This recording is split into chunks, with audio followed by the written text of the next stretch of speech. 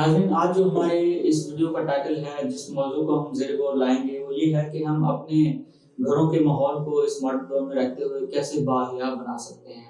ہم اپنے ماحول کو کیسے بہتر سے بہتر بنا سکتے ہیں، جبکہ ہمیں اس دور کے اندر رہنا بھی ہے اور ہر طرف جو ہے دور اگر ہم دیکھیں سوشل میڈیا کا دور ہے، ویڈیوز ہیں جس کو ڈیلی ہم فیس بک پہ دیکھتے ہیں، ٹک ٹاک لوگ یوز کرتے ہیں، گھروں میں مختلف قسم کے گیجٹ استعمال ہوتے ہیں جس کو استعمال کرنے سے ہمارے گھروں کا ماحول بہت تیزی کے ساتھ بگڑ رہا ہے، اور ہمیں ضرورت ہے کہ ہم اپنے گھروں کو، اپنے بچوں کو، اپنے ساتھ رہنے والوں کو اس چیز کی ہدایت کریں اور خود اس چیز کی طرف آئیں جس سے ہمارے ماحول میں بہتری پیدا ہو۔ بے شک ہم ایک مسلمان طبقے سے تعلق رکھتے ہیں اور ہم کلمہ گو مسلمان ہیں، ہماری یہ ذمہ داری ہے کہ ہم اپنے ماحول کو بہتر سے بہتر بنائیں۔ 14 اگست کے واقعے سے تو آپ باخبر ہوں گے ہی۔ 14 اگست غالباً کو یہ عائشہ نامی لڑکی کا ایک واقعہ پیش آیا جو مینار پاکستان لاہور میں ہوا۔ تو یہ کافی ویڈیوز دیکھنے کے بعد مجھے تو یہ چیز جو میری تحقیق کے مطابق میرے سامنے آئی وہ یہی ہے کہ یہ سوچی سمجھی ایک پلاننگ تھی جس کے مطابق یہ سب طے ہوا اور انجام پایا۔ ناظرین، بہت ہی افسوس کی بات ہے کہ پہلے ہم اپنے بچوں کو موبائل تھماتے ہیں ان کے ہاتھ میں، پر یہ کہتے ہیں کہ بچہ ہے چلیں کچھ نہیں ہوتا، تو وہ جب ان چیزوں میں پڑ جاتا ہے، چیز کا ایڈکشن ہو جاتی ہے اس کو، تو وہ غلط کاریوں کی طرف نکل جاتا ہے۔ جب وہ تنہائی میں رہنے لگتا ہے تو آپ سوچ لیں کہ آپ کے لیے یہ بہت خطرے کی چیز ہے۔ دیکھیے یہ کیسے ممکن ہے کہ اگر ہم دین کے رستوں پر نہ چلیں اور ہمارے اندر آٹومیٹکلی دین آ جائے، یہ ممکن نہیں ہے۔ ہم دیکھیں، نہ ہی ہمیں اٹھنے کی دعا یاد ہے، نہ ہی ہمیں سونے کی دعا یاد ہے، نہ ہی ہم اپنی نمازوں کی ادائیگی اچھے طریقے سے کرتے ہیں، اور نہ ہی ہمیں مختلف مقامات پر جانے کی آنے کی دعا یاد ہے۔ ہمیں کوئی بھی چیز دین اسلام کے ڈھنگ سے اور طریقے سے اور سلیقے سے نہیں آتی۔ یہ کیسے ممکن ہے؟ یہ صرف ایسے ہی ممکن ہے کہ ہم جتنا دین کو سیکھیں گے اتنا ہی ہمارے اندر آئے گا۔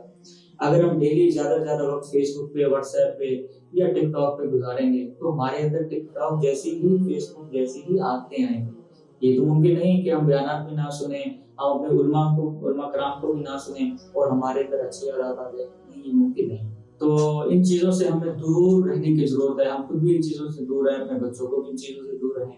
لیکن ناظرین، جب آپ خود دین و اسلام کی تعلیم سے دور ہوں گے تو یہ کیسے ممکن ہے؟ یہ ہو نہیں سکتا کہ آپ کے بچے، آپ کے بیٹے جو دین اسلام کی طرف ہیں، جب آپ نے خود اس چیز کو حاصل نہیں کیا، اس چیز کو اپنی زندگی میں نہیں ڈالا، تو یہ کیسے ممکن ہے آپ کی بیٹی، آپ کا بھائی، آپ کی بیوی جو ہے اس چیز پہ عمل کر سکے؟ آپ اس کو کیسے عمل کروا سکتے ہیں؟ اس چیز کے لیے سب سے پہلے آپ کو اس چیز کے اندر آنا ہے، آپ کو سیکھنا ہے کہ آپ کس طرح اس چیز کو روک سکتے ہیں۔ عورتوں کے لیے اللہ تعالیٰ نے دین میں بہت سی آسانیاں پیدا کی ہیں۔ اگر عورت جو ہے دین کو پڑھے اور دین کو سمجھے تو اس کے لیے آسانی ہی آسانی، اس کو جس قدر عزت اور معیار ہمارے دین اسلام نے دیا ہے وہ کسی اور مذہب میں نہیں ملتا۔ اس سلسلے میں نبی صلی اللہ علیہ وسلم کی مجھے ایک حدیث شریف یاد آئی، فرمایا کہ عورت ہے، یعنی پردے میں رکھنے کی چیز ہے، جب وہ باہر نکلتی ہے تو شیطان اسے ڈھونڈتا ہے۔ بالکل عورت کو دیکھ کے ہر بندہ جو ہے اپنے اپنے نظر سے سوچتا ہے، اور اگر عورت ڈھکی ہوئی ہو، باحیا ہو، بہتر ہو، تو یہ ممکن ہی نہیں ہے کہ اس کو دیکھ کے کوئی بری نظر ڈالے۔ میرے بھائی اور بہنوں، بے شک دین میں بہت آسانیاں ہیں۔ اس چیز کو ہمارے دین اسلام میں اس طرح بھی بیان کیا گیا ہے کہ سارے مرد اگر اندھے بھی ہو جائیں تب بھی عورتوں پر حیا اور پردہ لازم ہے، اور اسی دوسری طرف مردوں کے لیے فرمایا گیا کہ ساری عورتیں اگر بڑھنا ہوں تب بھی تم پر لازم ہے کہ تم اپنی نگاہیں نیچی رکھو۔ ایک اور جگہ نبی صلی اللہ علیہ وسلم نے فرمایا کہ تم سب نگران ہو، تمہارے ماتحت کے بارے میں تم سے پوچھا جائے گا، بادشاہ نگران ہے، اس سے اس کی رعایا کے بارے میں پوچھا جائے گا، خاوند نگران ہے اپنے گھر کا، اس سے اس کے گھر کے بارے میں پوچھا جائے گا، اور جو بیوی ہے اس سے اس کی اولاد اور اس کے شوہر کے متعلق پوچھا جائے گا کہ تم نے اپنے ماتحتوں کو کیوں نہ اچھا دین سکھا دیا، کیوں نہ ان کو صحیح راہ پہ ڈال دیا۔ یہ سب تم لوگوں کی ذمہ داری تھی۔ میرے بھائیو، ابھی بھی وقت ہے، سمجھ جائیے، اپنے گھرانوں کو دین اسلام کے متعلق ڈھال لیجیے۔ قرآن مجید میں بھی اللہ تعالیٰ نے فرمایا، سورہ نور آیت 31 میں اللہ تعالیٰ فرماتے ہیں، اور مومن عورتوں سے کہہ دو کہ اپنی نگاہیں نیچی رکھیں اور اپنی زینت کو دوسروں کے سامنے ظاہر مت کریں، اور اپنے سینوں کو چادروں سے اوڑھے رکھیں۔ تو ہمارا دین جو ہے کس قدر آسانیاں عورت کے لیے پیدا کرتا ہے۔ اگر وہ ان چیزوں کو سمجھے تو حضرت فاطمہ اور حضرت عائشہ رضی اللہ تعالیٰ عنہ ان کے سامنے بہترین نمونہ ہیں جن کو وہ دیکھ کر، جن کو وہ سمجھ کر اپنی زندگی میں دین اسلام کی بہاریں لا سکتی ہیں۔ معزز ناظرین، جب آپ اپنی بچیوں کو آزادی دیتے ہیں تو ان کا ذہن جو ہے آزادی والے ماحول میں ڈلنا شروع ہو جاتا ہے۔ عورت میں برکت یہ ہے کہ اس کا مہر کم ہو اور وہ اچھے اخلاق کی مالک ہو، اور اس کی نحوست یہ ہے کہ اس کا حق مہر زیادہ ہو اور وہ بد اخلاق ہو۔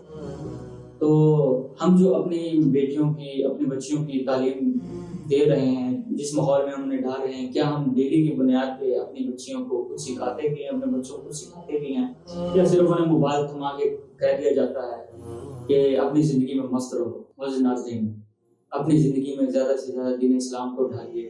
بے شک ہم کلمہ گو مسلمان ہیں، ہمارے ذمے کچھ چیزیں ہیں جو اللہ تعالیٰ نے ہمارے ذمے لگائی ہیں، اور نبی صلی اللہ علیہ وسلم ہمارے لیے عملی نمونہ ہے جس پر چل کر ہم اپنی دنیا اور آخرت دونوں کو سنوار سکتے ہیں۔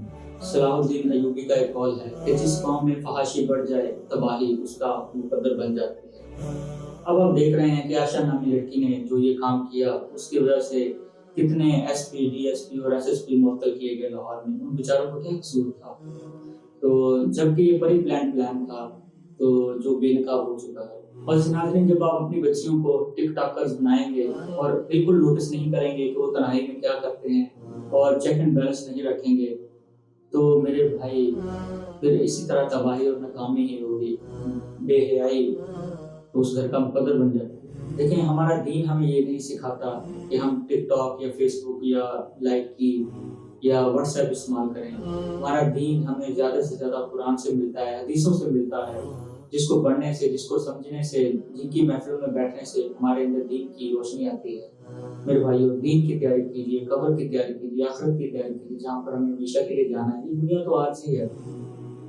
بار بار آپ کو دین اسلام کے متعلق بتایا جاتا ہے تاکہ آپ اپنی آخرت کی فکر کر سکیں، اپنی قبر کی فکر کر سکیں، اپنی قبر کو روشن کر لیجیے۔ منکر یقین جو ہم سے سوال کریں گے ان کی تیاری کر لیجیے۔ ہمارا ایک ایک لمحہ جو ہے ہماری زندگی کے لیے بہت قیمتی اور اہمیت کا حامل ہے۔ زندگی بہت برف کی طرف گزر رہی ہے، اپنے آپ کو سنبھالیے، دین اسلام کو ٹائم دے۔ جس طرح آپ ڈیلی کھاتے پیتے سوتے اٹھتے بیٹھتے جاگتے ہیں، اسی طرح ڈیلی جو ہے دین اسلام کو بھی ٹائم دیجیے۔ دین اسلام کو 1 گھنٹہ دیجیے، آدھا گھنٹہ دیجیے، جتنا بھی دیجیے اپنے علم کے لیے، اپنے علم کے لیے اور آخرت کے لیے اور دنیا کی بہتری کے لیے۔ اس سے یہ ہوگا کہ آپ کے شعور بڑھے گا، آپ کا علم بڑھے گا، اور جب آپ کا علم بڑھے گا تو آپ دنیا میں بھی کامیاب ہو سکتے ہیں اور آخرت میں بھی۔ اللہ تعالیٰ ہم سب مسلمانوں کو دین اسلام پر چلنے کی زیادہ سے زیادہ اپنے گھرانوں میں، اپنے معاشرے میں دین کی روشنی پھیلانے کی توفیق دے۔ نبی صلی اللہ علیہ وسلم نے علماء کو دین کا وارث بنایا ہے۔ اگر ہم صرف نبی صلی اللہ علیہ وسلم کی دین کو، اگر ہم صرف نبی صلی اللہ علیہ وسلم کی زندگی کو ہی فالو کریں، ان کی سیرت کو پڑھیں، تو ہمارے اندر وہ روشنی آئے گی جس کو ہماری زندگی کی کو بھی ضرورت ہے، اور ہماری آخرت کو بھی، ہم دونوں کو کامیاب بنا سکتے ہیں۔ معزز ناظرین، آپ کی کمنٹس ہمارے لیے بہت اہمیت کی حامل ہیں۔ آپ ہمیں بتا سکتے ہیں کہ ہم کس چیز کے اوپر ویڈیو بنائیں، کس چیز کو ہم زیادہ سے زیادہ مینشن کریں، تاکہ ہم اور آپ مل کر ایک بہتر دیندار طبقہ اور دیندار ماحول پیدا کر سکیں، جس کے اندر ہماری آنے والی نسلیں آسانی کے ساتھ زندگی گزار سکیں اور آخرت میں بھی کامیاب ہوں اور دین اسلام میں بھی سرخرو ہو سکیں۔ اگر آپ بھائی ہیں تو اپنی بہن کی اچھی طرح تربیت کیجیے، اگر آپ ماں ہیں تو اپنی اولاد کی اچھی طرح تربیت کیجیے، اگر آپ باپ ہیں اور اپنے گھر کے سرپرست ہیں تو اپنے نیچے ماتحت افراد کی اچھی طرح تربیت کیجیے۔ جب تک آپ خود دین اسلام پر نہیں چلیں گے تو آپ کے چھوٹے، آپ کے بچے آپ سے کیا سیکھیں گے؟ ممکن نہیں۔